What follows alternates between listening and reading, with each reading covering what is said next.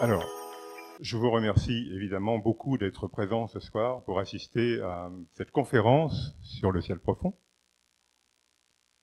Qu'est-ce que le ciel profond? Vous écoutez bien, hein, les petits là, le ciel profond. Où commence le ciel profond? Alors, deux repères. Neptune, la dernière planète du système solaire, située à 4 milliards de kilomètres. 2. Marquant l'entrée dans le ciel profond, Proxima du Centaure, l'étoile la plus proche de nous, mais quand même à 40 000, je dis bien 40 000 milliards de kilomètres.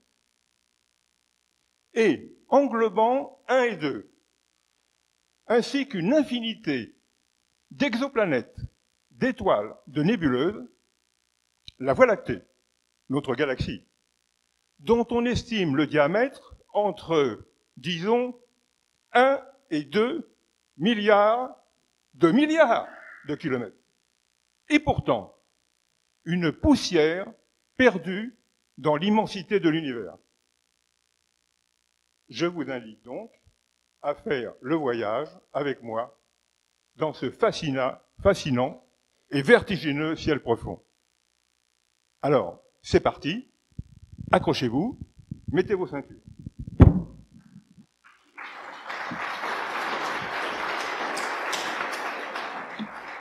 Voici quelques images du ciel profond obtenues à Tahiti avec mon télescope et avec mes traitements. Posons-nous la question, comment ces images du ciel profond permettent-elles d'approcher les grandes structures de l'univers? Une petite remarque, toutes les photos de son diaporama proviennent de mon télescope et de mes traitements, sauf quelques-unes qui sont accompagnées d'une étoile rose. Qui dit structure, dit éléments structurants, qui seront notés ES dans la suite de cette conférence. Il est certain que le premier élément structurant auquel on pense, c'est la lumière des étoiles. Sur cette vue, qui représente le trapèze d'Orion avec ses 3 étoiles, les Pléiades, Sirius et Canopus, j'ai utilisé des cercles de diamètres différents en raison de la luminosité des étoiles. Sirius est l'étoile la plus brillante du ciel. Au niveau du trapèze d'Orion, on remarque cette étoile qui est Rigel, on y reviendra, qui est la plus brillante des 4. On mesure la luminosité des étoiles avec une grandeur appelée magnitude. Je vais faire une analogie. Imaginez des lampes de 100 watts, toutes de 100 watts, qui équipent des lampadaires le long d'une route. Nul doute que quand on regarde la première, la plus lumineuse, on sait que c'est elle est là, juste à côté de nous. Et celle dont la luminosité est la plus faible est la plus éloignée. On a donc une notion qui est importante, c'est la luminosité absolue des étoiles, c'est l'intensité de la lampe, et comment elle apparaît en fonction de la distance, c'est la luminosité apparente. Évidemment, là, c'est une solution très simple. On n'a pas, mais supposons-le, des étoiles identiques partout dans l'univers. Si c'était le cas, il suffirait de regarder leur magnitude apparente pour dire à quelle distance elles se trouvent. Malheureusement, c'est comme si le cantonnier, le long de la route, avait disposé des intensités dans les lampes totalement différentes. Quand on regarde ces lampes, la luminosité apparente ne nous donne aucun renseignement sur la route. Eh bien, c'est ce qui se passe, en fait. Le grand architecte de l'univers a utilisé des étoiles de luminosité extrêmement variables, il les a disposées n'importe comment, et quand on regarde les magnitudes apparentes, on ne peut rien dire des distances. Illustrons ce fait avec une image de 5 étoiles. Question. Quelle est l'étoile la plus proche? Celle-ci? Celle-là? Eh bien non.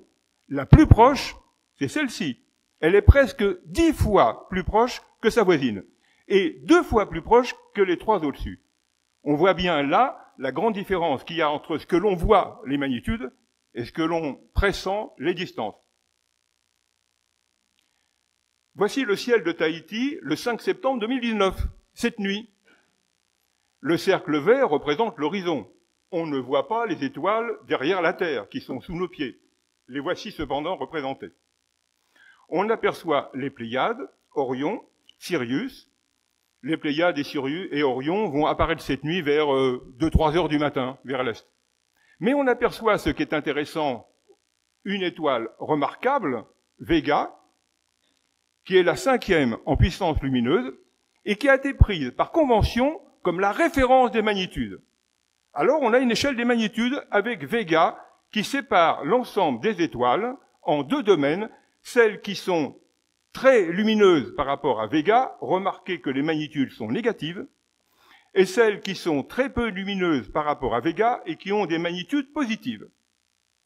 Par exemple, Sirius, magnitude moins 1,5, et puis une pauvre étoile perdue que personne connaît, moi y compris, Hipparcos 306, de magnitude 8,90, qui, elle, en plus d'avoir une magnitude élevée, n'est pas visible à l'œil nu, car il existe une autre frontière entre la magnitude 6 et la magnitude 7, eh bien, c'est la frontière où on ne perçoit plus à l'œil nu les étoiles.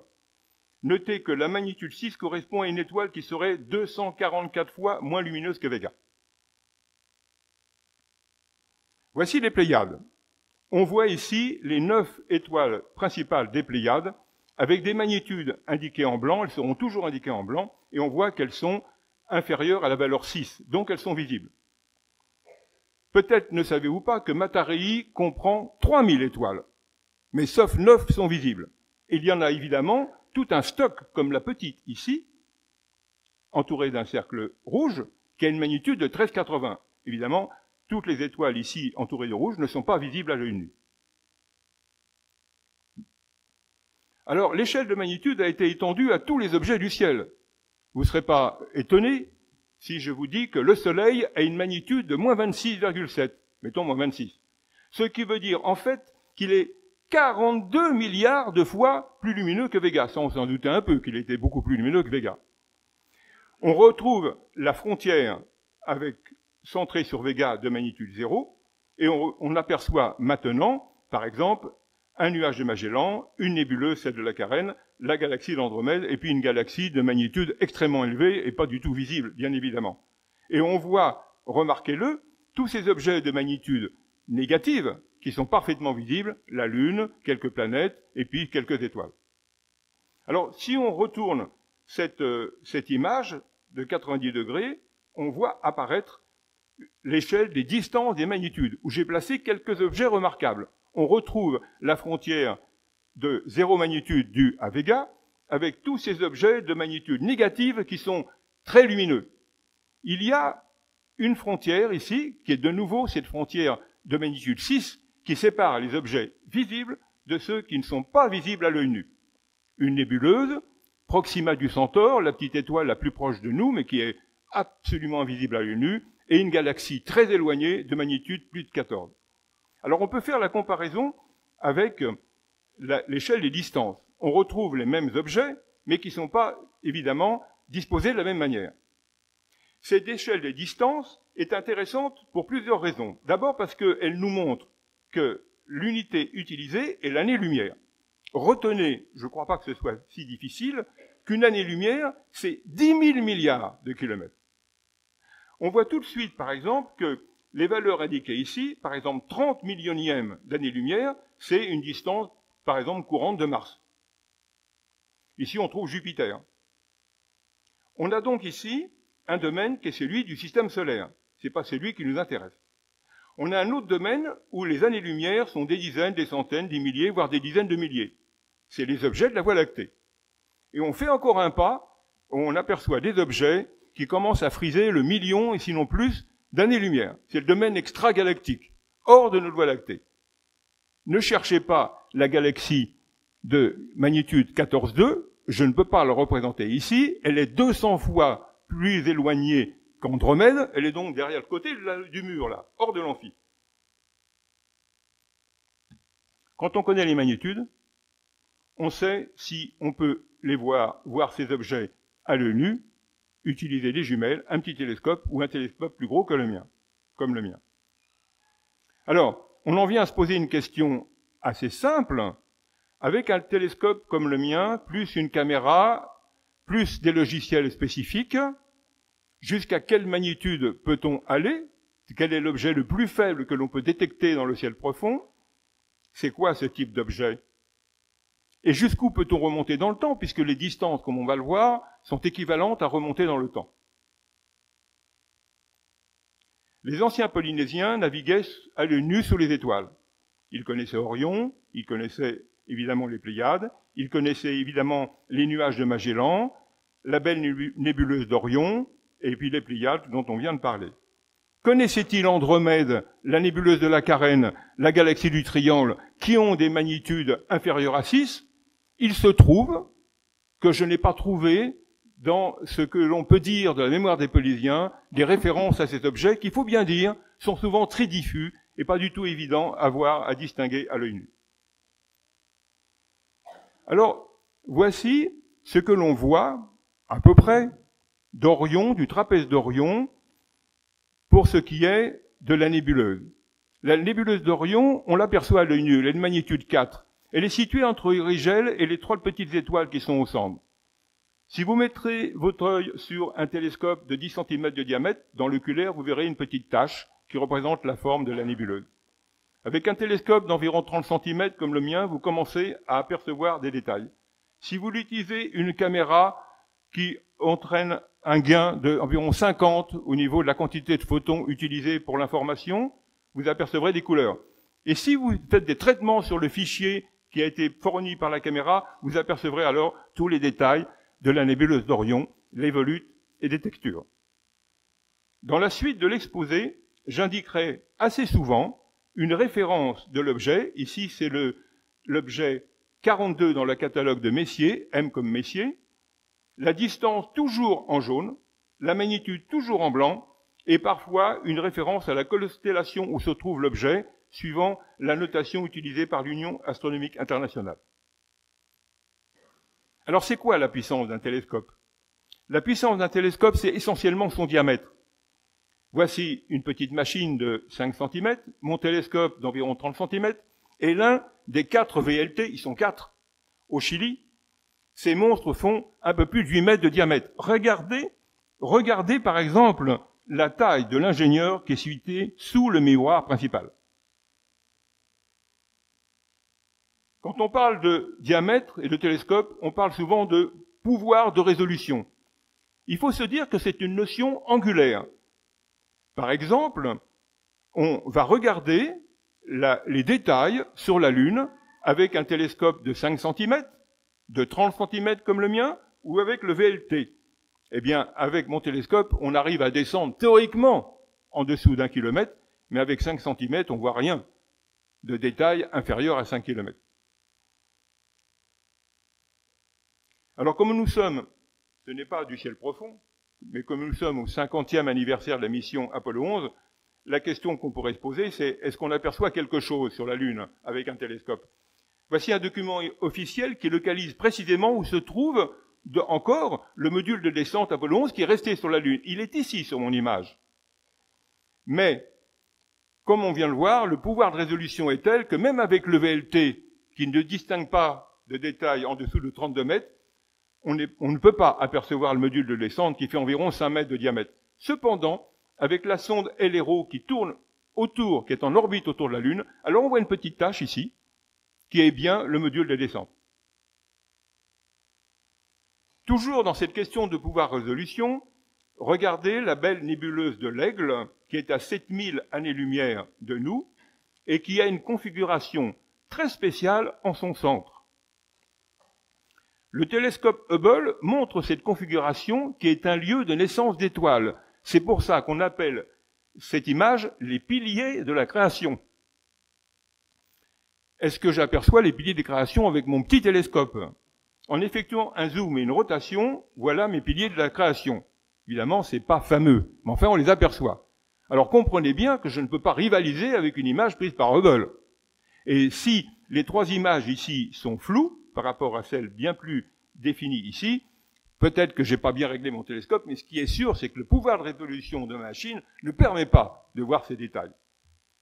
Cependant, je vous rassure quand même qu'on peut faire des choses intéressantes avec un télescope de 30 cm. Voici la galaxie de l'œil noir, située à 17 millions d'années-lumière de nous. Ça, c'est une image présentée par un magasin de vente en ligne pour présenter du matériel. Vous remarquerez que l'image que j'ai obtenue le 15 juin 2019 après traitement permet de voir des détails que l'on ne voit pas dans cette galaxie de l'œil noir, ce qui nous laisse un espoir pour la suite. Voici mon télescope. C'est déjà une machine de 30 cm qui est montée sur un chariot, et tout télescope doit être mis en station. L'axe optique d'un télescope doit être dirigé rigoureusement vers le pôle sud, par exemple à Tahiti, qui est situé à 17 degrés 35 minutes au-dessus de l'horizon.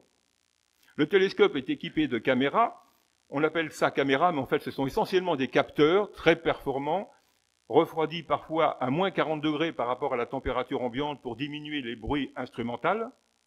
Et le télescope est sur une monture dite équatoriale qui présente des moteurs qui vont permettre de suivre les objets du ciel conformément à des coordonnées qu'on appelle équatoriales. Je vous rassure tout de suite, ce n'est pas très compliqué à comprendre si l'on se dit que ces coordonnées équatoriales, c'est un peu des sortes de longitude et de latitude, comme il y a sur la Terre, mais projetées dans le ciel. Ici, nous avons la Terre, avec la petite ellipse qui représente son équateur. On projette sur le ciel, en blanc et en rouge, l'équateur céleste. Et comme l'axe de rotation de la Terre est incliné à 23 degrés par rapport à son orbite, le mouvement apparent du ciel, du Soleil dans le ciel, parcourt une sorte de cercle incliné de cette valeur de 23 degrés. Il se trouve qu'on a pris comme origine de ces coordonnées le point d'intersection de l'équateur céleste avec l'écliptique quand le Soleil au printemps, à l'équinoxe de printemps, passe en ce point, qu'on appelle le point vernal. C'est pour ça qu'ici, les coordonnées sont de 0 heure, car évidemment, le tour du cercle fait 24 heures, et 0 degré, car on a, suivant ce méridien origine, soit 90 degrés, soit moins 90 degrés. Ce qui fait que Vega a des coordonnées, évidemment, équatoriales. On peut représenter certains objets avec leurs coordonnées équatoriales par rapport à cette sphère céleste. Un amas globulaire, une galaxie, une autre galaxie, la nébuleuse d'Orion, le petit nuage de Magellan. Évidemment, ces coordonnées sont projetées, quand on est, nous, sur la Terre, dans le ciel. Merci, Régis, d'avoir programmé cette conférence le 5 septembre aujourd'hui, car il se trouve que cette nuit, on voit très précisément le point origine des coordonnées, à 22h30, ici, et en même temps, Vega pris comme référence de magnitude. Évidemment, l'ensemble de ces coordonnées tourne d'est en ouest avec le ciel. La Terre tourne sur elle-même, et c'est pas pour ça que la longitude et la latitude de Tahiti changent, bien évidemment. Voici le poste de commande de mon télescope. Ce télescope est relié par des câbles USB amplifiés à un ordinateur. L'ordinateur possède des logiciels qui permettent de commander l'orientation à partir des moteurs du télescope, en raison d'un objet qu'on a choisi dans un planétarium, en fonction des coordonnées qui sont stockées dans une base de données, ce qui permet de diriger le télescope et de voir les images des caméras et ensuite de faire des traitements. Alors, percevoir le ciel, c'est quoi? Alors, on a des objets qui sont dans le ciel avec certaines coordonnées.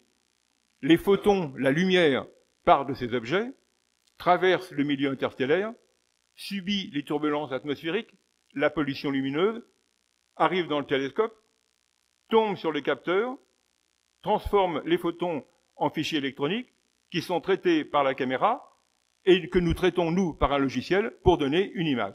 C'est donc une très longue chaîne de traitement, de transmission d'informations qui est soumise à du bruit, des perturbations et différents types de traitements. Alors, ces différents types de traitements peuvent constituer, par exemple, on prend pour un seul objet dans les étoiles, par exemple, 120 images de 95 mégas chacune pendant, mettons, 16 minutes. On traite ces images pour en extraire le bruit et les perturbations, ce qui donne une seule image dit après pré-traitement.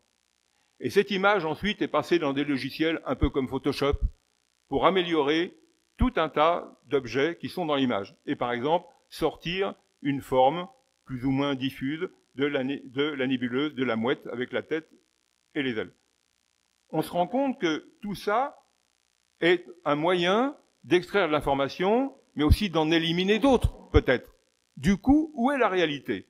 Est-elle dans le ciel, parmi ces 120 prises de vue, sur l'image prétraitée, ou dans un traitement, alors que tous les astrophysiciens, astronomes, amateurs ou autres, sont toujours à la recherche du traitement idéal?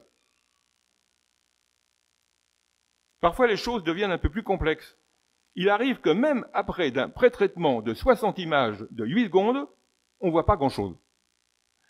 Et pourtant, il s'agit ici d'un des sites les plus célèbres du ciel profond que bien d'entre vous ont certainement regardé un jour. Car quand on fait les pré-traitements adéquats, on extrait le bel environnement de la fameuse tête de cheval, avec un nuage d'hydrogène qui est créé en rouge, Alnitak, qui est l'une des 3 étoiles du nuage de la constellation d'Orion, du trapèze d'Orion, et d'autres nébuleuses. Il arrive parfois qu'on a des surprises. J'ai voulu extraire les formes de cette galaxie que je soupçonne être dans ce cercle bleu, et en effectuant des traitements, je me suis aperçu que j'avais extrait la présence d'une paire de petites galaxies et d'une autre qui se trouve ici. Cette galaxie-là est, comme je l'ai indiqué en jaune, à 62 millions d'années-lumière. Parfois, les choses se compliquent parce qu'on sait que l'objet que l'on recherche est très étendu et qu'il faut prendre plusieurs prises de vue. Par exemple, ici, j'ai acquis 30 images dans chacun des rectangles roses, de chacune 95 mégas, ce qui fait au total 17 gigas de données à traiter pour un seul objet. Remarquez la position de cette étoile, des 3 qui sont là et de celle-ci, on les voit immédiatement apparaître là. Il s'agit de la nébuleuse qui a été extraite, la nébuleuse de la tête de sorcière. On a l'impression qu'elle considère Rigel comme une boule de cristal et qu'elle est très étonnée de voir une étoile filante qui barre l'image au moment de l'observation. Alors, on peut faire une comparaison. Voici une partie du trapèze d'Orion avec la nébuleuse que l'on aperçoit comme une toute petite tache à l'œil nu. On ne soupçonne pas, vous ne soupçonnerez peut-être pas, en regardant Orion, que juste à côté de Rigel se trouve la fameuse tête de sorcière, qui est beaucoup plus étendue. Mais elle est de magnitude 8. Et donc, pour la voir, il faut un télescope, une caméra et des traitements. Autrement, on ne la voit pas. On peut aussi améliorer cette technique de détection en utilisant une caméra monochrome, qui est toujours plus sensible qu'une caméra couleur, mais qui nécessite 4 opérations au lieu d'une seule. Acquérir des images en noir et blanc, des images avec un filtre rouge, avec un filtre vert, avec un filtre bleu. Ensuite, traiter, obtenir les images pré-traitées et tout mélanger avec un logiciel de composition pour obtenir, par exemple ici, les 2 belles galaxies M65 et M66 que j'ai obtenues personnellement en commandant à distance un télescope au Nouveau-Mexique depuis Tahiti. Alors, regarder le ciel, c'est découvrir parmi les étoiles des objets classés dans des domaines très différents. Le planétaire, vous avez compris, le solaire également. Il nous reste ce qui nous intéresse ici ce soir, le ciel profond. Alors, très au-delà des planètes du système solaire, que perçoit-on quand on regarde le ciel profond? On voit des étoiles, des galaxies. Et dans les galaxies, on voit des étoiles, des amas d'étoiles, des nébuleuses, du gaz, des poussières. Il s'agit évidemment de classification et donc d'une structuration de l'univers. Alors la matière attire toujours la matière. La gravité est un élément structurant primordial. Par exemple, des nuages de gaz vont se condenser en raison de la gravité et finir par former des étoiles. Ces étoiles peuvent se réunir et former un groupe qui sera une proto-galaxie. Pardon.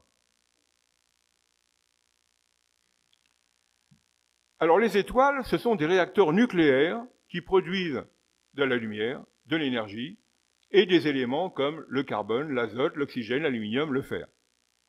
Suivant la masse de l'étoile, sa vie est extrêmement différente. Si elle est très massive, elle ne va pas vivre longtemps. Et puis, suivant cette masse, elle va devenir en fin de vie un trou noir, une supernova qui va exploser et répondre dans l'univers à un certain nombre de matières qui vont revenir dans les nuages de gaz, ou bien elle va devenir une nébuleuse planétaire qui est une petite bulle de gaz avec une naine blanche au milieu, c'est l'avenir du Soleil. Les galaxies, quant à elles, peuvent être spirales, elliptiques, irrégulières, naines, et se regrouper en amas.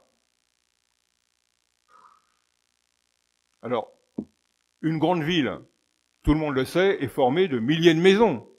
Eh bien, c'est simple, une galaxie ordinaire est simplement formée de milliards d'étoiles. Mais que sont toutes ces petites étoiles qu'on voit autour de cette galaxie? Alors, remarquons que quand on est dans une forêt, au sein d'une forêt, on aperçoit surtout les troncs d'arbres. Entre les troncs d'arbres, on peut très bien apercevoir à 10 km une autre forêt. Ben, c'est ce qui se passe là. Nous sommes dans la Voie lactée, nous voyons partout au premier plan des étoiles de la Voie lactée, et très très loin derrière, on aperçoit Andromède avec deux petites galaxies satellites de cette grande galaxie voisine de l'un l'autre. Si vous sortez de la forêt, vous n'apercevez pas les troncs d'arbres de la forêt qui se trouve à 10 km de là. Si vous sortiez de la Voie lactée, vous ne verriez que Andromède avec ses deux petites voisines et plus les étoiles de la Voie lactée. Alors, on comprend aussi qu'une galaxie, finalement, une espèce de groupement d'objets, des étoiles, des nébuleuses, des amas d'étoiles, et quand nous, ici, nous regardons une galaxie éloignée de la nôtre, on ne peut pas enlever tous les objets qui sont dans la ligne de visée. C'est exactement ce qui se passe avec cette belle image de la galaxie M83, que je reprendrai souvent parce qu'elle ressemble assez étrangement aux images qu'on imagine pour notre propre Voie lactée. Alors, tous les points blancs qu'on voit là n'ont rien à voir avec cette galaxie spirale. Ce sont les propres images de notre Voie lactée. Montrer cette galaxie m'entraîne à parler de certaines choses. Les galaxies, toutes les galaxies cachent certains concepts, parfois un petit peu compliqués. On est à peu près sûr que toutes les galaxies possèdent un trou noir en leur centre. On y reviendra. Ce trou noir, si on considère cette galaxie M83 comme la nôtre, n'a pas été détecté encore. Mais on soupçonne sa présence parce que quand on regarde très précisément les étoiles du centre de notre galaxie, on les voit tourbillonner à une vitesse fantastique autour d'une masse qu'on estime être de 4 millions de masses solaires. Et donc, on est à peu près sûr que nous avons un trou noir au centre de cette galaxie. Autre chose qui se cache au niveau de cette galaxie, c'est que quand on regarde précisément la vitesse de notre Soleil située à 26 000 années-lumière du centre, 26 000 années-lumière, il tourne autour du centre à la vitesse de 830 000 km/h. Rendez-vous compte de la taille des galaxies. Quand on note qu'à cette vitesse-là, le Soleil va mettre 250 millions d'années pour en faire le tour. Mais, ce qui est intéressant dans ces vitesses, c'est que, vous savez peut-être que quand on regarde les vitesses des planètes autour du Soleil, plus on s'éloigne du Soleil, plus elles tournent lentement. Alors, les astrophysiciens ont commencé à mesurer les vitesses des étoiles en fonction du centre, et ils se sont aperçus que ces étoiles ne suivaient pas la loi universelle de la gravité de Newton. Ah! En fait, les vitesses des objets autour du centre sont des vitesses presque constantes. Les astrophysiciens en ont fait l'hypothèse qu'au-delà de la galaxie, il y avait une masse considérable qui empêchait la galaxie d'exploser, car manifestement elles existent, elles sont là, on peut les voir. Qu'est-ce qui retient ces étoiles? Eh bien, c'est ce qu'on appelle la matière noire. Mais je ne vais pas vous dire ce que c'est que la matière noire, parce que depuis plus de 50 ans, les astrophysiciens cherchent à savoir ce qu'est cette matière. On n'en sait rien. Alors une galaxie, c'est disons entre 1 et 1000 milliards d'étoiles. Elle peut être spirale, elliptique, barrée par un amas de poussière, irrégulière. Encore une classification, donc structuration de l'univers. Voici un bel amas d'étoiles, dit la boîte à bijoux. On peut remarquer deux choses. D'abord, les couleurs des étoiles qui sont rouges, blanches, jaunes, bleues. On peut aussi se poser la question, en fait, qu'est-ce qu'on voit là? Est-ce que cette étoile-là qui semble toute petite est vraiment plus petite que celle-ci qui semble grosse? Attention, on ne voit pas la taille des étoiles. On voit la lumière, l'intensité lumineuse. Car ceci nous amène à se poser la question des couleurs et des tailles. Regardez le trapèze d'Orion. Voici Rigel, une étoile bleue. Le cercle qui représente son intensité lumineuse est plus grand. Donc, a priori, on pourrait penser, ce qui est faux, qu'elle est plus grosse que Bételgeuse. Pas du tout. Rigel est plus lumineux. Mais Rigel est ridiculement petite par rapport à Bételgeuse, qui est gigantesque. Ceci provient du fait que Bételgeuse est une vieille étoile, rouge. Et du coup, elle n'est pas si lumineuse que ça, malgré sa taille énorme. Alors évidemment, il y a d'autres étoiles, comme Sirius, la plus brillante du ciel après le Soleil. Et si vous remarquez les dimensions relatives, notre Soleil paraît ridicule. Mais comme il est très près, il a une magnitude de -26.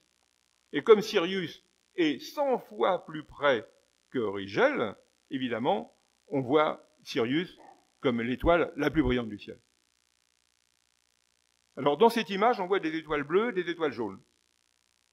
Il faut savoir que les astrophysiciens, depuis longtemps, classent les étoiles dans un diagramme qu'on appelle Hertzsprung-Russell, du nom des physiciens qui l'ont mis en place, qui ont classé les étoiles suivant leur couleur ou leur température. C'est pareil, une étoile bleue en surface est 30 000 degrés, et 3000 degrés pour une étoile rouge.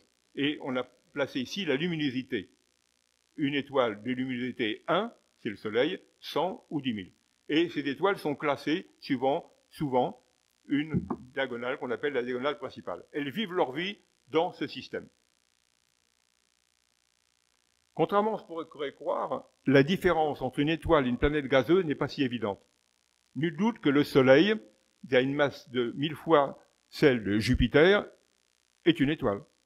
Nul doute que Jupiter est une étoile gazeuse.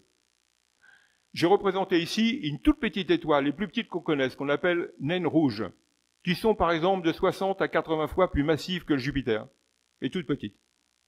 Et entre les deux, on voit un objet qui n'est pas une étoile et qui n'est pas une planète gazeuse. Car si Jupiter avait vu sa masse entre 13 à 75 fois plus importante, la gravité telle de cet objet aurait fait qu'il émet de la lumière, de l'infrarouge, mais pourtant, la fusion classique nucléaire qui agite les étoiles ne s'est pas allumée dans cette naine brune. Donc, ce n'est pas une planète, ce n'est pas une étoile, et il y en a beaucoup dans l'univers. Remarquez que rien n'aurait interdit à Jupiter d'être 14 fois plus massif, auquel cas, il y aurait 2 étoiles dans le système solaire. Et remarquons également que la plupart des étoiles qu'on voit dans l'univers sont doubles. Voici la belle nébuleuse Trifide, qui va nous permettre de mettre en évidence 3 types de nébuleuses. La partie bleue de cette nébuleuse est en fait une nébuleuse en réflexion. Elle brille en raison de la présence d'une étoile. Ici, il s'agit d'une nébuleuse en émission. Elle brille parce que c'est le gaz lui-même qui émet de la lumière parce qu'il est ionisé. Et il arrive qu'il y ait de la poussière, des gaz inertes qui se trouvent devant une nébuleuse en émission. On parle alors de nébuleuse en absorption, qui absorbe la lumière. C'est les 3 types de nébuleuses. Alors continuons toujours avec cette question. Que perçoit-on quand on regarde le ciel? On perçoit des couleurs. Voici un cliché pris par un site de la NASA le 19 mars 2018 vers 1h, car il s'agit de Mars qui est saturé, mais qui donne l'illusion de passer entre la nébuleuse Trifide et la grande nébuleuse du Lagon. À côté, voici mon image, obtenue quasiment au même moment. On est à peu près d'accord sur le traitement, puisque les couleurs sont sensiblement les mêmes. Que sont ces couleurs? Qui dépendent évidemment en partie des traitements. Mais surtout, elles indiquent la température du gaz, qui est plus il est chaud, plus il rayonne plutôt dans le bleu. Mais aussi, surtout, la composition chimique. La couleur rose traduit la présence d'azote, le rouge d'hydrogène, le bleu d'hélium ou d'oxygène, et évidemment, la présence de poussière rougit toutes ces étoiles, toutes ces couleurs, pardon. Voici un gros plan sur la nébuleuse en émission rouge qui se trouve derrière la tête de cheval. Elle me permet de dire que cette nébuleuse contient de l'hydrogène. La couleur rouge est la couleur de l'hydrogène ionisé. On aperçoit la silhouette de la tête de cheval dans son événement extraordinaire. Le silence éternel de ces espaces infinis m'effraie, car remarquez l'extraordinaire impression de profondeur qu'il y a dans cette image. Et ça, c'est intéressant. On voit des objets comme Alnitak, qui est une supergéante 180 000 fois plus lumineuse que le Soleil. On voit la nébuleuse de la Flamme. On voit une autre petite nébuleuse qui n'a pas de nom. Et un fourmillement d'étoiles. Alors, on se demande où sont situés ces objets les uns par rapport à les autres. Voici les distances. C'est intéressant de regarder ces distances. Car, par exemple, on s'aperçoit qu'au-dessus de la tête de cheval, qui est à 1500 lumières, il y a une petite étoile qui est à 3887, et une autre beaucoup plus proche. Du coup, on devrait voir ces images du ciel profond, c'est pas facile, en perspective. Donc, si on éclate cette image, la tête de cheval est au milieu, mais la petite étoile qui semble devant, là, à côté, plutôt à gauche, est extrêmement en avant-plan. Et celle qui est au-dessus de la tête de cheval est très loin derrière. Si on fait la même chose avec le trapèze d'Orion, on se rend compte que le trapèze d'Orion, cette constellation, est seulement d'origine culturelle, car en regardant les distances, par exemple d'Alnilam ou de Bellatrix, et en respectant cette perspective, on déstructure complètement cette constellation d'Orion qui n'a pas d'existence au niveau gravitationnel. C'est tout à fait le contraire qui se passe avec les Pléiades. Si on fait la même opération avec les Pléiades, on se rend compte qu'on a beau les voir en perspective, elles restent toujours groupées. Elles sont en gros à 444 années-lumière. Donc les Pléiades, un amas ouvert d'étoiles, toutes les étoiles ont une histoire commune. Elles sont liées par la gravité. Alors, mais ces distances, comment les mesure-t-on? Parce qu'en fait, on voit toujours de la lumière. Alors, il y a une technique qui s'appelle la technique des parallaxes qui n'est pas très difficile à comprendre. On utilise pour cela la position, par exemple, de la Terre en décembre et en juin. Quand on regarde une étoile qui n'est pas trop éloignée, quand même, on s'aperçoit que dans le ciel, la ligne de visée en vert localise l'étoile à deux endroits différents. Quand on prend la moitié de l'angle, on trouve cet angle alpha. Les matheux dans la salle ont remarqué que tangente alpha égale R sur H. Donc, si on connaît R, et qu'on connaît évidemment R, c'est le rayon de l'orbite de la Terre, on connaît l'angle, on le mesure, on en déduit la distance. Remarquez que le satellite Gaïa, qui existe encore, qui est dans le ciel, est capable de mesurer des angles alpha de 1/100 de milliseconde d'arc. Ça représente le diamètre d'une pièce de euro vue sur la Lune. Alors pour les objets beaucoup plus éloignés, on utilise la technique dite des céphéides, qui sont des étoiles remarquables car ce sont des étoiles variables dont la magnitude varie dans le temps, quelques jours, entre 1 et 140 jours. Alors c'est intéressant parce que les astrophysiciens ont remarqué que la variation de luminosité permettait de mesurer une période et que cette période est extrêmement liée à la magnitude absolue. C'est-à-dire qu'en fait on mesure l'intensité de la lampe dont on a parlé tout à l'heure. On connaît sa magnitude absolue. Quand on la regarde dans le ciel, on voit sa magnitude apparente. Et quand on connaît la magnitude absolue et la magnitude apparente, on peut en déduire la distance. C'est exactement ce qui se passerait si vous regardiez les lampes disposées n'importe comment avec des intensités quelconques le long de la route. Vous savez très bien que cette lampe-là fait 850 watts. Quand vous la regardez, elle a la même intensité que celle qui est à côté de vous, 250, vous en déduisez la distance. Alors voici une technique beaucoup plus élaborée qui fait référence à l'expansion de l'univers. Considérons l'univers comme une brioche qui contient des raisins, c'est les galaxies. La brioche, vous la mettez dans un four, la brioche gonfle, pas les raisins. Ceci est une analogie souvent utilisée pour expliquer que c'est le tissu de l'univers qui enfle. Première chose. Deuxième chose, vous savez que si vous faites passer de la lumière blanche dans un prisme, ça forme les différentes couleurs de l'arc-en-ciel. Il y a une infinité de couleurs. Si vous regardez, par exemple, la nébuleuse, qui est située juste à côté de nous, là, pas très loin, et vous faites passer son flux lumineux dans un prisme, vous apercevez qu'il manque des raies, il manque des lumières dans l'arc-en-ciel. L'absence de ces lumières, qu'on appelle des raies d'absorption, traduit la présence de certains éléments chimiques. Par exemple, c'est la courbe jaune qui est là. Il y a des pics là, qui sont équivalents aux raies qui sont là. Et on voit apparaître des raies qui sont, les spécialistes le savent, typiques de la présence de magnésium et de sodium dans la nébuleuse. Bon. Alors maintenant, considérons une nébuleuse qui est située dans une autre galaxie, dont on fait un spectre. Et alors là, il arrive, pas toujours bien sûr, qu'on retrouve exactement la même configuration des raies. Simplement, elles sont décalées vers les couleurs rouges. Et certains astrophysiciens ont remarqué, il y a bien longtemps maintenant, que le décalage entre cette courbe jaune et cette courbe bleue était directement lié à la distance de l'objet B par rapport à l'objet A. C'est ce qu'on appelle la technique de calcul des distances avec le redshift. Redshift voulant dire décalage violet-rouge en anglais.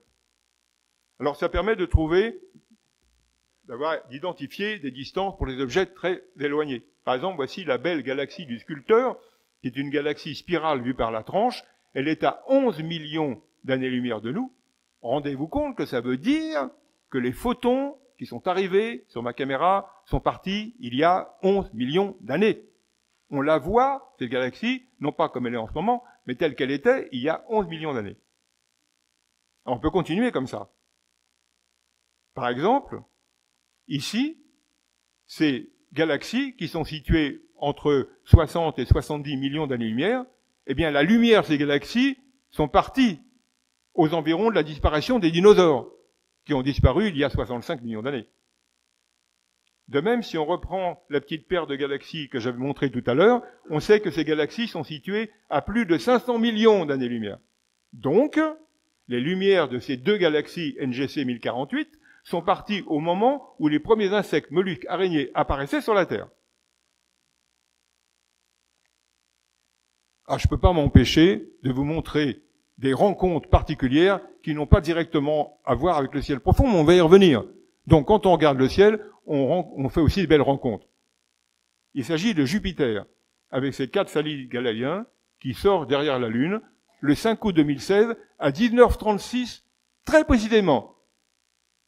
Mais ça veut dire, étant donné qu'à ce moment-là, Jupiter est à 927 millions de kilomètres, soit 10 millionièmes d'années-lumière, qu'on le voit non pas à 19h36, mais comme il était à 18h45. Puisque cette distance-là représente 51 minutes-lumière. Voici aussi une belle rencontre dans la nuit du 11 au 12 août de Saturne sortant derrière la Terre, derrière la Lune. Alors évidemment, il faudrait revenir au ciel profond, après avoir vu cette comète, par exemple. Revoilà Mars, qui semble passer entre la nébuleuse Trifide et la nébuleuse du Lagon. On a cette impression-là.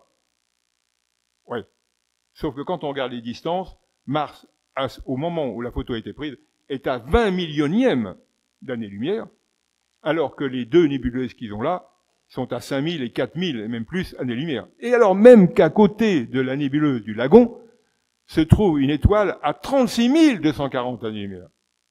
Cette idée de profondeur qu'on doit avoir dans le ciel profond n'est pas toujours évidente à percevoir, bien entendu. Alors, quand on regarde le ciel profond, on découvre aussi différentes vies, des vies de pouponnières d'étoiles, des endroits où dans certaines nébuleuses, on sait que des étoiles naissent, mais elles peuvent mourir aussi.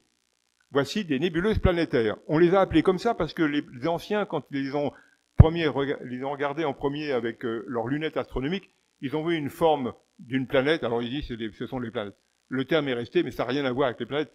c'est en fait une étoile qui a explosé, il reste au milieu une petite étoile, et on voit là en coupe une sphère dont les couleurs indiquent la présence de certains éléments chimiques. Alors parfois, c'est une longue histoire de mort, très longue. Le lieu du drame, le ciel profond, on voit rien. Pourtant, il y a quelques milliards d'années, une étoile très ordinaire s'est mise à vieillir, c'est logique, elle est devenue jaune, puis une supergéante, puis s'est transformée d'un seul coup en supernova, et la voilà exactement... Non. On sait, j'ai pas d'image évidemment de cette supernova, mais on sait précisément qu'elle a explosé il y a 7493 années. Comment peut-on savoir ça? Eh bien, c'est parce que en 1054, soit 5528 années plus tard, Yang Wei-che, un astronome impérial chinois, déclare à son empereur « Je me prosterne, j'ai observé l'apparition d'une étoile invitée, le pays connaîtra une grande prospérité. » Je vous rassure tout de suite, il n'est pas le seul. Tous les gens qui ont regardé le ciel à cette époque l'ont vu, cette supernova. Car elle avait, on estime, une magnitude pendant 2 ans de -4. C'est-à-dire qu'elle était largement supérieure à la magnitude de Sirius, et évidemment inférieure à celle de la Lune. Mais c'était la plus belle étoile du ciel. Comment sait-on tout ça? Alors, au XVe siècle, si on avait eu un instrument adéquat, on aurait peut-être vu un nuage comme ça. Hypothèse. Ce qui est sûr, c'est que moi, en 2009, je vois la nébuleuse du Crabe. La voilà. Voilà l'objet qu'on cherche. Alors, reconstituons l'histoire du drame. Il y a 7493 années, une supernova explose. On est en l'an -5474. Il faudra attendre 6528 années, car on sait qu'elle est à cette distance-là, pour que certains astronomes l'observent en 1054. En 1731, un astronome anglais remarque cette nébuleuse. En 1758, Charles Messier la met numéro 1 dans son catalogue.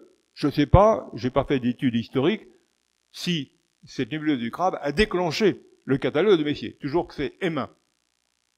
En 1928, c'est à peu près l'époque où les scientifiques se disent « Ah, mais l'astronome chinois a noté les coordonnées dans le ciel de ces constellations et ça correspond exactement à la position de la nébuleuse du Crabe. » Donc on identifie les 2 objets. Et en 2019, vous avez la nébuleuse du Crabe sous les yeux, qui a donc une carte d'identité très complète. Entre parenthèses, elle fait 10 années-lumière de long. Rendez-vous compte que Proxima du Centaure, l'étoile la plus proche de nous, est à un peu plus de 4 années-lumière. En ce centre se trouve un objet extraordinaire. Une étoile à neutrons, un pulsar, qui tourne à raison de 30 tours par seconde. Les rayonnements émis par la nébuleuse du Crabe sont tellement connus qu'on peut s'en servir comme instrument. Par exemple, on connaît son rayonnement et aussi celui qu'il peut avoir quand ce rayonnement frôle le Soleil. On a donc la lumière avant le passage et la lumière après le passage dans la couronne solaire, et on en déduit la composition de l'atmosphère du Soleil. On fait la même chose avec Titan, par exemple, qui est un satellite de Saturne qui a une atmosphère. Alors certains objets auraient pu passer inaperçus. Cette fameuse tête de cheval que tout le monde a vue une fois dans les magazines ou autres, il faut se rendre compte que c'est un coup de chance extraordinaire qu'elle puisse exister.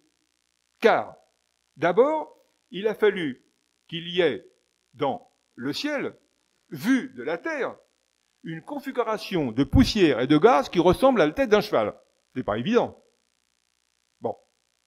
Deuxième chose, il a fallu que juste derrière cette tête de cheval, il existe une nébuleuse de gaz qui n'attendait qu'une seule chose, troisième chose, d'être éclairée par un complexe stellaire qu'on appelle Sigma Orionis. Et c'est cette étoile, qui est en fait une étoile multiple, puisqu'elles sont 5 dans le petit rond bleu que vous voyez là, qui ionise ce gaz, qui rougit parce que c'est de l'hydrogène, et qui éclaire finalement en silhouette la tête de cheval. Tout le monde n'a pas eu cette chance. Qui connaît B92? B92, c'est le nom donné à ce nuage sombre, qui est un amas de poussière, et qui masque une partie du petit nuage de Sagittaire. J'imagine que si cette patate avait eu la forme d'une mouette, d'un éléphant, eh bien tout le monde en parlerait. Ben, c'est pas le cas, c'est une espèce de vulgaire patate, pas de chance. Alors certains objets ont des formes étonnantes. Revoilà la nébuleuse de la... Bravo. Et ici, la nébuleuse du poulet qui court. Ou encore, la nébuleuse de l'homme qui... Bravo. Et alors, pour montrer à quel point les astronomes peuvent avoir une imagination débordante, l'amas de la touffe de la queue du chien. Celle-là, il fallait la faire. Hein.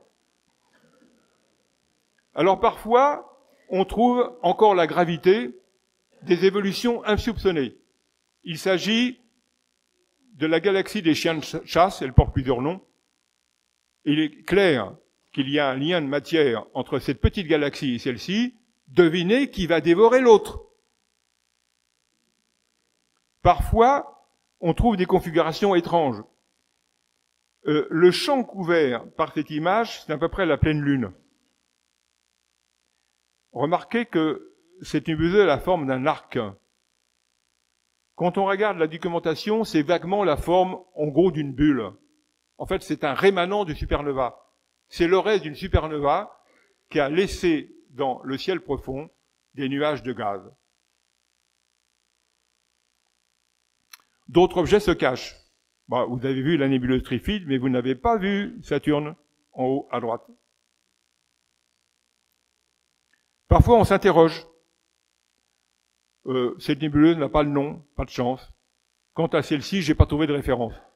En revanche, les étoiles en configuration alignée, remarquables, pour 2 d'entre elles, sont classées dans le catalogue Hipparcos. Parfois, on peut s'interroger sur des questions un peu futiles ou plus complexes. Une question futile. Où est le trou de serrure? Alors, à vrai dire, je n'en sais rien. Ça part tout simplement parce que quand on regarde dans la documentation, certains prétendent qu'il est là, mais pas toujours. Bon, j'ai été assez convaincu que ça pouvait être le trou de serrure parce que, effectivement, on peut rentrer une clé. Voilà. Bon. Mais d'autres prétendent que le trou de serrure est ici. Bon, ça on s'en fout un peu finalement, hein. Mais il y a une question qui est plus intéressante. C'est l'étoile Eta de la Carène. Cette étoile est considérée dans la documentation comme une hypergéante bleue très agitée. 5 millions de fois plus lumineuse que le Soleil. Elle est ici. Vous avez bien lu là? Étoile hypergéante bleue. Moi, je vois une étoile jaune. Alors, je me suis interrogé sur la question, et puis j'ai trouvé une image d'un observatoire américain qui montre exactement la même partie de nébuleuse que la mienne, où on voit Eta de la Carène qui est jaune. Et j'ai regardé attentivement la position de cette étoile, en coordonnées équatoriales, elle est précisément à la place de l'étoile hypergéante bleue de la Carène. Il m'a fallu un certain temps pour trouver l'information dans la documentation. Attendez, là, il y a un petit problème. Ah, il manque... Oh, je suis désolé, il manque une image. Alors, je vais expliquer. Il manque une image. En fait, cette étoile jaune, qui est une étoile très agitée, tellement agitée qu'elle émet des nuages de gaz. Et il faut savoir qu'autour de cette étoile, on a récemment détecté comme une sorte de diabolo.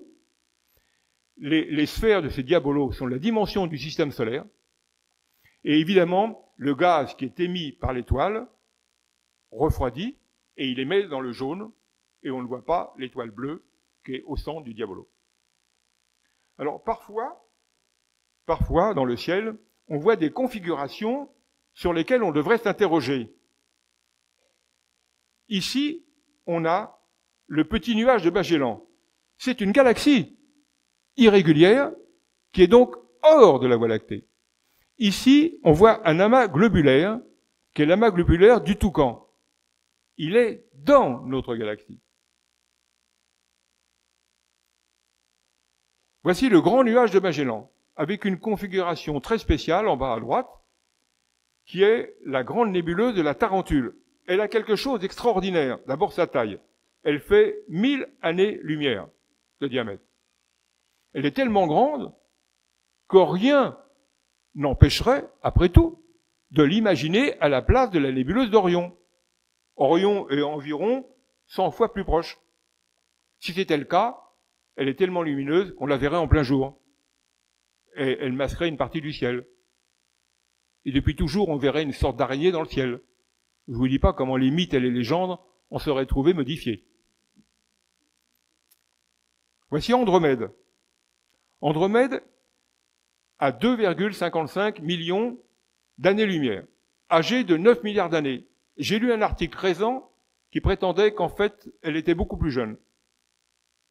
Par comparaison, notre galaxie, la Voie lactée, a 13,2 milliards d'années. Andromède, c'est 1000 milliards d'étoiles. Alors le ciel peut souvent raconter des histoires se déroulant sur des millénaires. On va en inventer une. On va faire une hypothèse audacieuse. Aujourd'hui, en ce moment, le scoop, 2 étoiles en fin de vie, l'une dans le petit nuage de Magellan à 200 000 années-lumière, l'autre dans l'amas du Toucan seulement à 15 000 années-lumière, mais dans notre Voie lactée. Ces 2 étoiles, elles explosent en supernova. Alors, en l'an 10 019, dans 8000 ans, le flash de la supernova qui est dans Magellan est toujours dans le nuage de Magellan. Et le flash du Toucan a fait à peine la moitié du parcours jusqu'à la Terre. Donc, rien.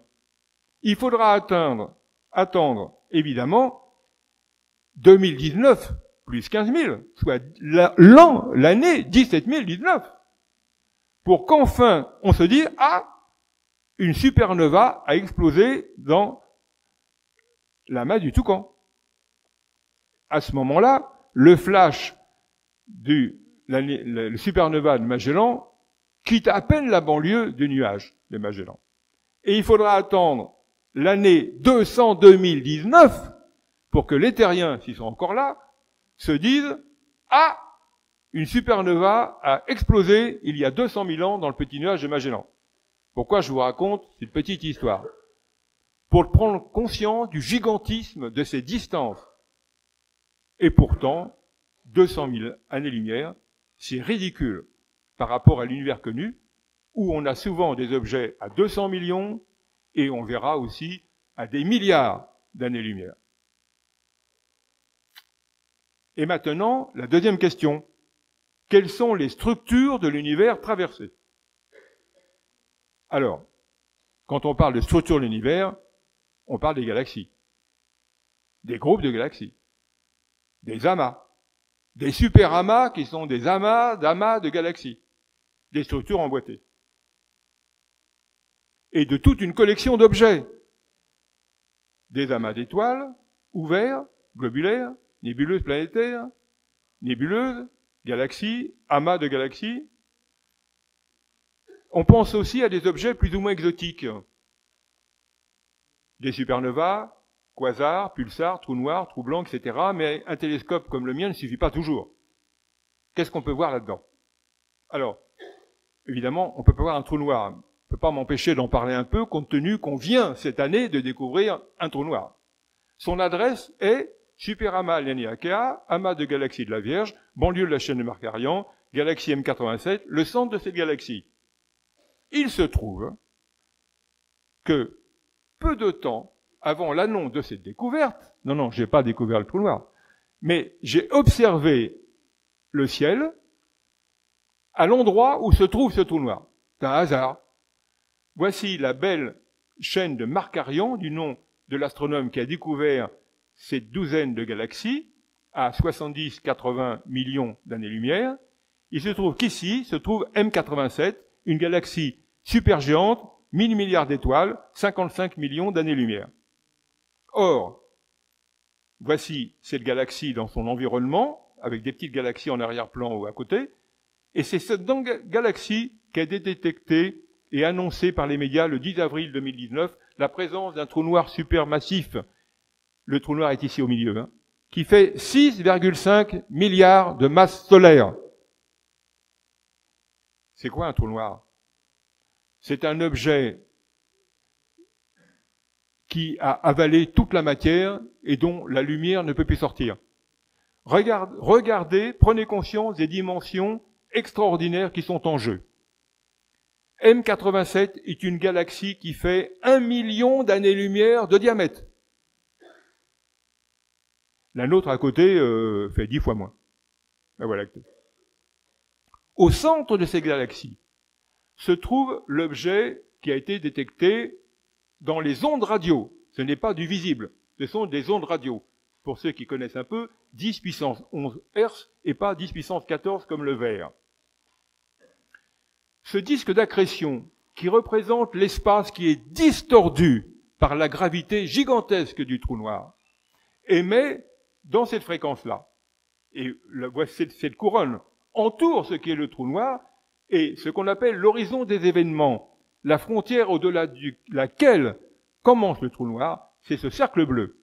Prenez conscience qu'au milieu de ce cercle bleu se trouve un autre petit cercle que j'ai représenté, c'est le diamètre du système solaire. Vous vous rendez compte des dimensions qui sont là? La galaxie, 1 million d'années-lumière. Le trou noir, 4 millionièmes d'années-lumière. Alors, avec mon télescope, on peut apercevoir des objets assez lointains. Voici par exemple l'image de NGC 6166, située à 465 millions d'années-lumière. C'est un quasar, c'est-à-dire un objet quasi stellaire. En fait, on voit surtout, en grossissant cette image-là, comme une étoile, d'où le nom, quasi stellaire. C'est en fait le noyau très actif d'une galaxie, qui rayonne énormément dans toutes les fréquences connues. Alors nous avons tous les éléments pour commencer un vertigineux voyage très structurant. Tout d'abord, voici une image de la galaxie. Évidemment, c'est une simulation. Cette image a été publiée par la NASA en janvier 2005. C'est une galaxie spirale, barrée, la nôtre, de 13,2 milliards d'années, d'un diamètre de 100 à 200 000 années-lumière, ce qui correspond à 1 ou 2 milliards de kilomètres. Elle comprend entre 100 et 400 milliards d'étoiles. Et, petite information récente que j'ai découverte dans une publication qui date du mois, il y a 2 milliards d'années, notre galaxie a avalé une galaxie 4 fois plus petite qu'elle, qu'on appelle Gaia Enceladus, du nom de Gaia, le satellite qui a actuellement fait des mesures sur les étoiles et qui montre cette perturbation qui s'est produite il y a des milliards d'années. Une autre image qui a été publiée par la revue La Recherche en avril 2019 nous montre notre galaxie avec la structure en bras, avec des noms sur lesquels je vais revenir. Et en coupe, on voit apparaître des bulles qu'on appelle bulles de Fermi, du nom de l'instrument qui les a détectées, qui ne sont pas visibles. On les a détectées qu'en 2010, parce qu'elles n'émettent que dans les rayonnements X ou les rayonnements radio, mais pas visibles. Donc, qu'est-ce qu'on trouve à moins de 80 000 années-lumière dans notre Voie lactée? Principalement les objets qu'on a vus comme une étoile. Bon, c'est quoi cette vue absolument insignifiante? C'est la vue d'une étoile jumelle du Soleil, Hipparcos 97-507, à 186 années-lumière de nous. On l'a dit, identique au Soleil. C'est donc ce que l'on verrait si on était à 200 années-lumière, on verrait quelque chose comme ça. C'est notre Soleil. Si le Soleil vieillit, alors il devient une supergéante. Et une supergéante finit par exploser en supernova. Ou bien en nébuleuse planétaire. Le Soleil ne sera pas supernova, sera nébuleuse planétaire. Et dans 5 milliards d'années, on aura par exemple, comme mort du Soleil, une nébuleuse peut-être comme celle de la nébuleuse de l'hélice. Une bulle de gaz, avec au centre l'embryon d'une étoile, ou le reste plus exactement, une naine blanche, très dense, toute petite. Dans notre galaxie, on rencontre aussi des supergéantes rouges, bleues, et dans la ligne de mire, des amas globulaires. Parce que Antares est à 391 années-lumière, mais l'amas globulaire de l'araignée à 7200. Encore ces effets de perspective. On retrouve la belle nébuleuse d'Orion avec son compagnon l'homme qui court, la nébuleuse de la Rosette, la nébuleuse Oméga, ou aussi dite du homard, j'aime bien le homard. La queue, la tête, les pinces, avec un peu d'imagination. La nébuleuse de la Carène, à 7500, je ne sais toujours pas où est le trou de serrure. La belle nébuleuse de la boucle d'oreille en or, et puis beaucoup d'amas d'étoiles, des amas globulaires. Regardez précisément les distances, 13 000 années-lumière, de nous, à 15 800 Oméga du Centaure. Je suis obligé de m'y arrêter. 10 millions d'étoiles quand même dans la galaxie. A priori, pas exactement un amas globulaire, mais les restes d'un noyau d'une galaxie qui a été capturée par cannibalisme gravitationnel par la Voie lactée. Alors si on continue, on n'arrête pas de trouver des amas globulaires. Il arrive un moment où, en regardant ces amas globulaires, on finit par sortir de la Voie lactée. Voici par exemple M54, dont on estime être à côté ou dedans, en tout cas la petite galaxie naine du Sagittaire est bien trop petite pour être observée avec mon instrument, mais on voit l'amas globulaire. Mais alors tous ces objets, comment les voit-on depuis, par exemple, le centre de la Voie lactée?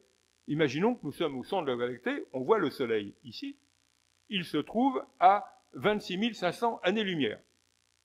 Et ceci est l'occasion de définir un autre système de coordonnées qu'on appelle les coordonnées galactiques.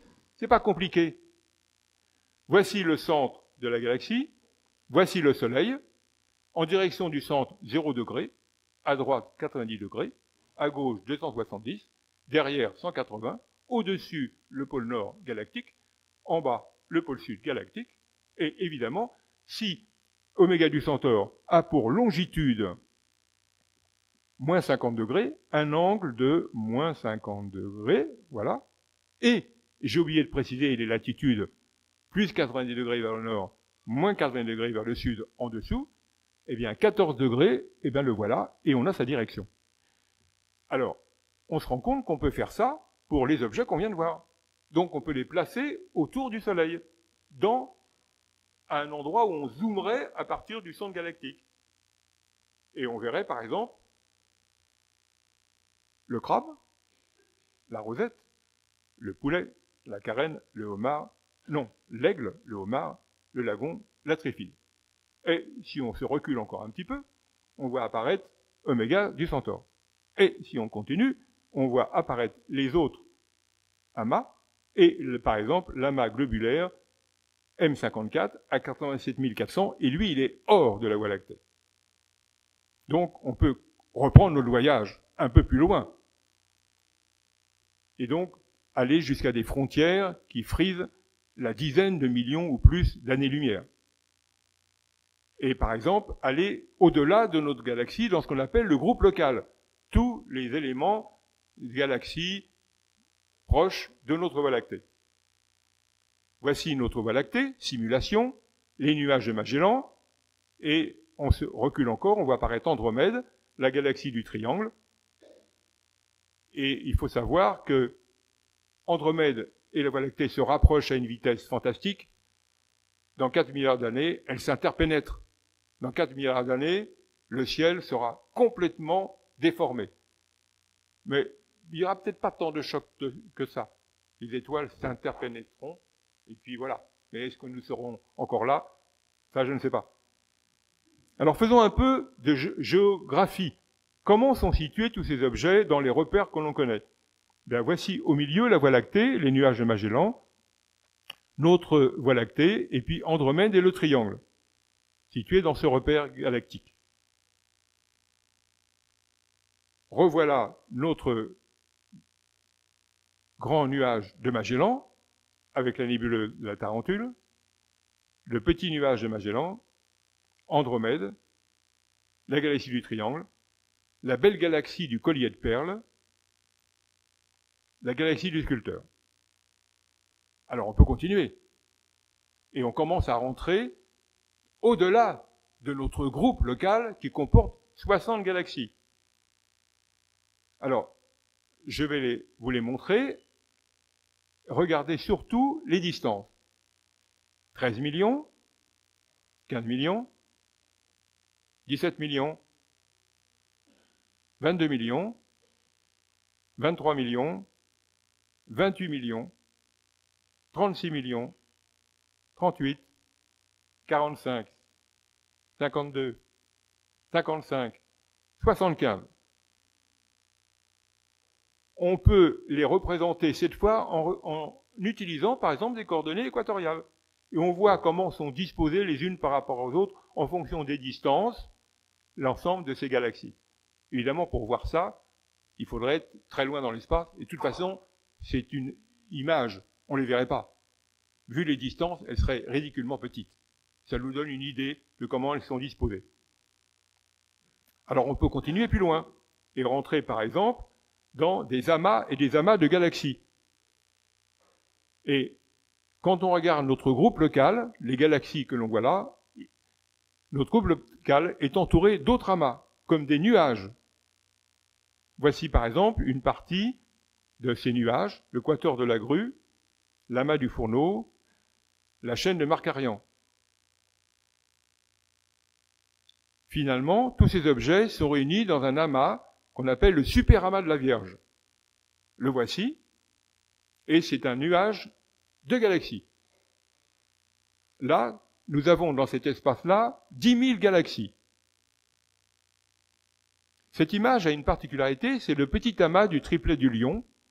J'ai obtenu cette image en composant deux images que j'ai obtenues en commandant à distance un télescope aux USA et une autre image obtenue à Tahiti. Voici une petite partie de l'amas de l'Éridan.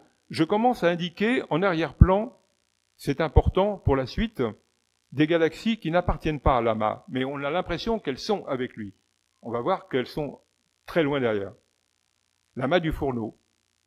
Environ 50 galaxies situées à 65 millions d'années-lumière. Le petit amas de la Grue, 72 millions. De nouveau, la chaîne de Markarian, 70 à 80 millions. Et nous allons atteindre une configuration très spéciale qui est connue sous le nom de l'Aniakea. L'Aniakea, ça veut dire horizon céleste en hawaïen. Attention, cette image ne représente pas des galaxies, mais représente des trajectoires, car nous pouvons maintenant détecter les derniers renseignements que j'ai trouvés, c'est on connaît les vitesses de 1,3 milliard de galaxies autour de nous. 1,3 milliard. Il s'agit donc de torrents de galaxies que l'on pourrait représenter suivant l'image qui est indiquée ici. Ce sont des torrents. Imaginez des torrents avec un lac. Toutes les galaxies qui sont là se déversent dans ce lac. Les vides qui entourent cet ensemble ont tendance à pousser l'ensemble de ces galaxies, puisque la matière attirant la matière, les galaxies vont se diriger vers le centre attracteur. Et par exemple, notre groupe local qui est là, qui comporte 60 galaxies, se déplace vers le grand attracteur à la vitesse de 2,3 millions de km/h. C'est nécessairement un concept structurant qui permet d'avoir une idée tout à fait particulière de l'univers. Voici l'Aniakea.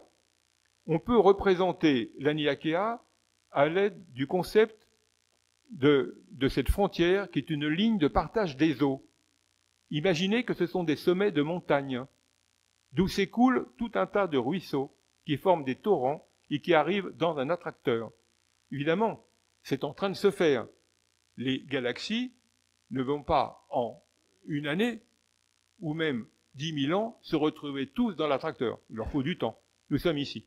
Alors, comment placer les objets que l'on vient de voir, ou un certain nombre, dans ou à côté de la Niagara? Voici la main du lion. Le sextet de Seyfert est un ensemble de 6 galaxies, ou 5, à 200 millions d'années-lumière. Dans l'amas de l'hydre, tous les points rouges, toutes les petites étoiles rouges représentent des galaxies. Attention, ici, c'est une étoile de notre Voie lactée qui est à 480 années-lumière, elle est dans la Voie lactée. Il ne faut pas confondre avec cette petite galaxie dans le cercle jaune qui est à 480 millions. En 1878, un astronome de Marseille, Édouard Stéphan, identifie 5 nébuleuses. En fait, c'est des galaxies, mais à cette époque-là, on ne parle pas de galaxies. Donc, il pense que ce sont des nébuleuses. On saura plus tard que 4 de ces nébuleuses sont situées à 350 millions d'années-lumière. Ce n'est pas des nébuleuses, ce sont des galaxies. Voici par exemple une carte des ciels, et à côté mon image. Voici d'autres galaxies intéressantes, c'est celle qu'on a vue déjà tout à l'heure, la petite paire NGC 1048, située à 512 et 528 années-lumière. Voici mon image. Voici celle obtenue avec le SDSS américain qui fait des relevés systématiques des galaxies dans le ciel. Les voici. Alors, question. Les galaxies de l'amas de l'hydre, du quintet de Stéphan, du sextet de Seyfert, la paire NGC 1048, comment sont-elles situées dans l'Aniakea? Nous sommes ici, dans le superamas de la Vierge, et voici l'Aniakea tout autour. Alors, il faut encore changer de système de coordonnées. Cette fois, c'est un système de coordonnées supergalactique, mais qui représente le même système que pour le coordonnées galactique. En fait, le plan qu'on voit là, c'est le plan supergalactique. Le centre est sensiblement au milieu de notre groupe local. À droite, 0 degré, en haut 90, en bas 270, à gauche 180, et le vecteur qui sort de l'écran, 90, et qui s'en va en dessous de l'écran, moins 90. Qu'est-ce qu'on voit le long de ce pointillé? Eh bien, on voit par exemple un certain nombre de galaxies de l'amas de l'hydre qui montrent à l'évidence qu'il ne s'agit pas d'un groupe. Elles nous apparaissent comme ça en fonction de ce problème de perspective qu'on n'arrive pas à percevoir. On voit une galaxie à 111 millions, puis une autre à 484. Elles sont dans l'Aniakea. Bon. Mais quand on regarde, par exemple, le petit amas du sextet de Seyfert, elles sont toutes aussi dans l'Aniakea, mais pas le quintet de Stéphan ou NGC 1048, qui, d'après les coordonnées que l'on trouve dans la littérature, les situe à côté de l'Aniakea. Alors, cette image peut paraître compliquée, mais finalement, je la trouve assez simple. La frontière jaune, c'est la frontière de l'Aniakea, qui représente finalement comme les sommets de montagnes qui seraient les grands vides. Plus ils sont bleus, plus la montagne est haute. Là, c'est une grande montagne. Là, c'est des petites montagnes, des collines. Mais ce qui est sûr, c'est que nous sommes comme dans un cratère. Et toutes les galaxies qui sont dans cette ligne jaune vont se diriger, suivant des torrents, vers ce grand attracteur. Évidemment, comme c'est une ligne de partage des eaux, de chaque côté, on voit d'autres superamas. Celui de Chapelet, du Coma, de Persée-Poisson, qui ont tous leur attracteur avec leur courant de galaxies. Autrement dit, on classifie, on a donc des éléments de structuration pour une autre vision de l'univers, des centres attracteurs, des grands vides, de la matière noire et d'une ligne de partage des eaux. Ce qui nous donne une vision extrêmement riche de l'univers. Ça, ce sont des montagnes, et entre les montagnes, on voit des torrents de galaxies qui se concentrent sur les petits points bleus qui sont les centres attracteurs. On se rend compte que ces galaxies sont représentées suivant des filaments, dont on reparlera tout à l'heure quand je parlerai de l'expansion de l'univers. Alors, avec mon télescope, un télescope de 30 cm, on peut aller jusqu'à quelques milliards d'années-lumière.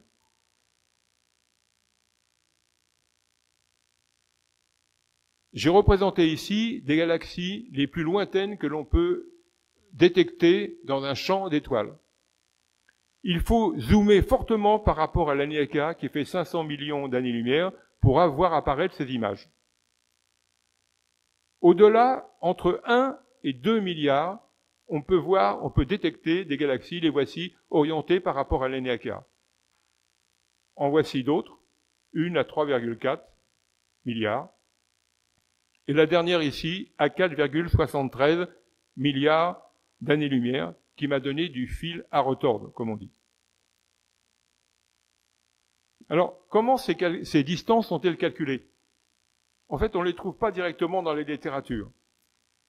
Pour les calculer, il faut connaître le redshift de cette galaxie, c'est-à-dire la valeur du décalage vers le rouge dû à l'expansion de l'univers. Voici une image très parlante. Vous êtes ici, dans la Voie lactée, et vous observez un nuage, un amas de galaxies, dont la vitesse est connue, v, km/s. C'est une vitesse apparente, due à l'expansion de l'univers. Vous savez que cet amas de galaxies est à des millions d'années-lumière. Si vous observez un deuxième amas, qui est à 3,26 millions d'années-lumière de plus, eh bien, vous savez, grâce à la constante de Hubble, qui vaut 70 km/s, que la vitesse aura augmenté de 70 km/s, et c'est en fait la preuve de l'expansion de l'univers qui a été trouvée la première fois par Hubble dans les années 1929-1930. C'est cette remarque-là qui a permis de dire, eh bien, les galaxies semblent s'éloigner les unes des autres et de nous à une vitesse particulière, ce qui traduit l'expansion de l'univers.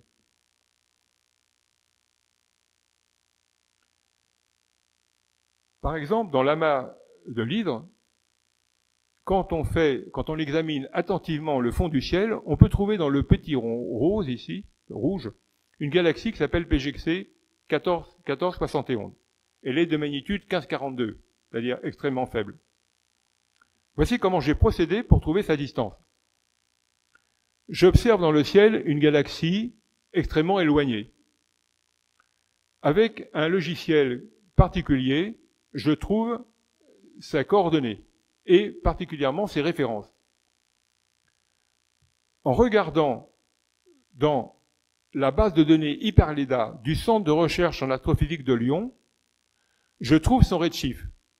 Et en contactant le CRAL, je sais comment calculer le redshift, la distance de cette galaxie à partir du redshift. Et donc je trouve cette distance environ 1,4 million d'années-lumière. On trouve aussi comme référence que cette galaxie qui est là s'éloigne de nous à une vitesse apparente de 28 339 km/s. Attention, on a tort de dire que c'est une vitesse apparente. C'est pas la vitesse de la galaxie, c'est la vitesse de l'expansion de l'univers là où se trouve la galaxie. On fait la même chose, par exemple, dans une petite partie de superamas de la Vierge. Avec une galaxie repérée ici dans le rond rouge, je fais la même chose et je trouve dans la base de données du CRAL une galaxie dont la silhouette ressemble un peu à celle que je trouve. Ou plus exactement, c'est mon image qui ressemble un peu à celle de la base de données. Cette galaxie est située à 2,44 milliards d'années-lumière. Alors, combien de galaxies peut-on identifier dans un champ aussi large, par exemple, du l'amas de la Vierge? On en trouve 324 répertoriés avec un logiciel particulier. Dans un autre amas du Fourneau, on en trouve 481. J'ai travaillé pendant plus d'un mois sur cette image. Et sur cette image, par exemple, j'ai identifié dans l'amas du Fourneau 15 galaxies environ à 60-70 millions d'années-lumière, et les galaxies repérées en jaune sont en avant-plan. Mais on en trouve toutes celles en vert qui sont à des milliards d'années-lumière. Par exemple, celle-ci, dans le petit rond vert qui est là, se trouve à 4,73 milliards d'années-lumière. C'est important, cette valeur. Je vous dirai pourquoi je me suis fixé sur cette galaxie. Il se trouve que quand on fait un traitement sur cette image, on finit par extraire quelques photons qui donnent la forme de cette galaxie. Il faut savoir que ces photons sont partis environ 190 millions d'années avant la naissance de la Terre. J'ai utilisé une autre technique pour comment j'ai trouvé cette galaxie. Je suis parti à l'envers, c'est-à-dire que j'ai regardé dans la base de données d'Hyperleda les valeurs de redshift qui correspondaient à des distances supérieures en années-lumière à l'âge de la Terre. On sait que l'âge de la Terre est de 4,55 milliards d'années-lumière. J'ai fini par trouver une galaxie dont la distance, en raison du redshift, serait à 4,73 milliards d'années-lumière.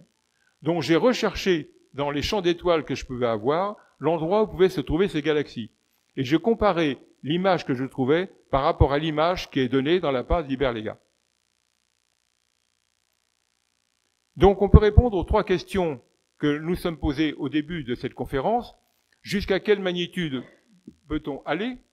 Eh bien, en raison d'une caméra extrêmement sensible, on peut atteindre une magnitude de 18,83. Les objets du ciel profond, ce sont des galaxies très éloignées, dans des régions en expansion, et ça veut dire qu'on peut remonter extrêmement loin dans le temps. Un objet à la magnitude de 18,83 est 130 000 fois moins lumineux que le dernier objet qu'on peut apercevoir à l'œil nu. Cette image de galaxie, il faut savoir que les photons en sont partis il y a 4,73 milliards d'années. Il a fallu attendre autant d'années pour les voir arriver dans mon télescope et obtenir cette image sur l'ordinateur. Si la Lune était à 1 km de distance, cette galaxie serait à 12 milliards d'années-lumière. J'ai représenté ici quelques objets de la Voie lactée, juste à côté de la Voie lactée, dans le groupe local, dans l'Aniakea et au-delà de l'Aniakea. Alors la naissance des galaxies, bien sûr, c'est évoquer le Big Bang. Une explosion, ce n'est pas une bonne idée. Une origine, un instant zéro, assez contestée dans les modèles actuels. Une singularité mathématique si on fait de l'extrapolation. Mais les théories actuelles que l'on connaît ne permettent pas de remonter à une possible instant zéro. Vous avez peut-être vu cette image de l'expansion de l'univers. Elle est bien simplifiée, elle est pédagogiquement intéressante, mais parfois un peu compliquée à comprendre, parce que chacun des disques qui représentent cette expansion de l'univers correspond en fait à notre espace 3D. Et des modèles toujours spéculatifs, bien évidemment, mais plus récents, font disparaître l'instant zéro. Il n'y a plus de Big Bang au sens habituel d'un instant zéro, il y a toujours une époque Big Bang, qui est un pilier qui permet d'expliquer énormément de choses de l'univers, mais il y a par exemple un univers préexistant comme un effet rebond. Cette image est intéressante parce qu'elle représente la première image de l'univers, la première image au niveau lumière. Cette lumière a été détectée la première fois en 1964, et celle que vous voyez là est obtenue comme une map monde sur le ciel par le satellite Planck. Elle représente en fait une température d'environ 2,7 degrés par rapport au-dessus du zéro absolu, et les petites variations qui sont de l'ordre de 5 millièmes de % sont en fait les grumeaux desquels sont sortis les étoiles et les galaxies qui existent actuellement dans l'univers. Tout bouge dans l'univers. Le Soleil tourne autour de la Voie lactée à une vitesse de 830 000 km/h. Andromède se rapproche de nous à la vitesse de 430 000 km/h. L'Aniakea nous montre que notre groupe local de 60 galaxies se dirige vers un superattracteur à 2 300 000 km/h. Ce superamas, l'Aniakea, n'est qu'un autre parmi les autres.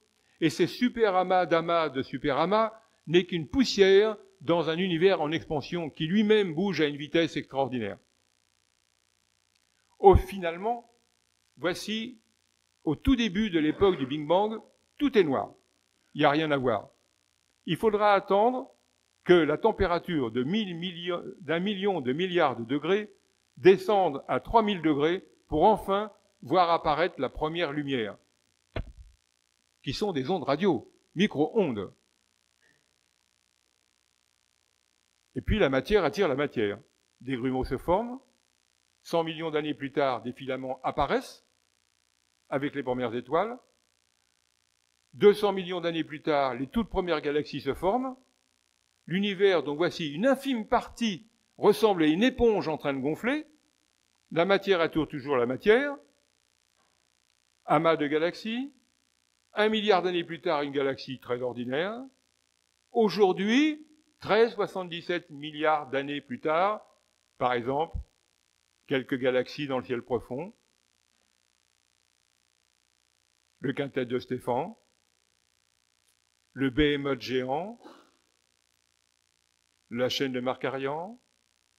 Aujourd'hui, la galaxie M83, qui ressemble étrangement à la nôtre, dont voici la simulation. Et pour terminer, le plus bel objet de l'univers, la Terre.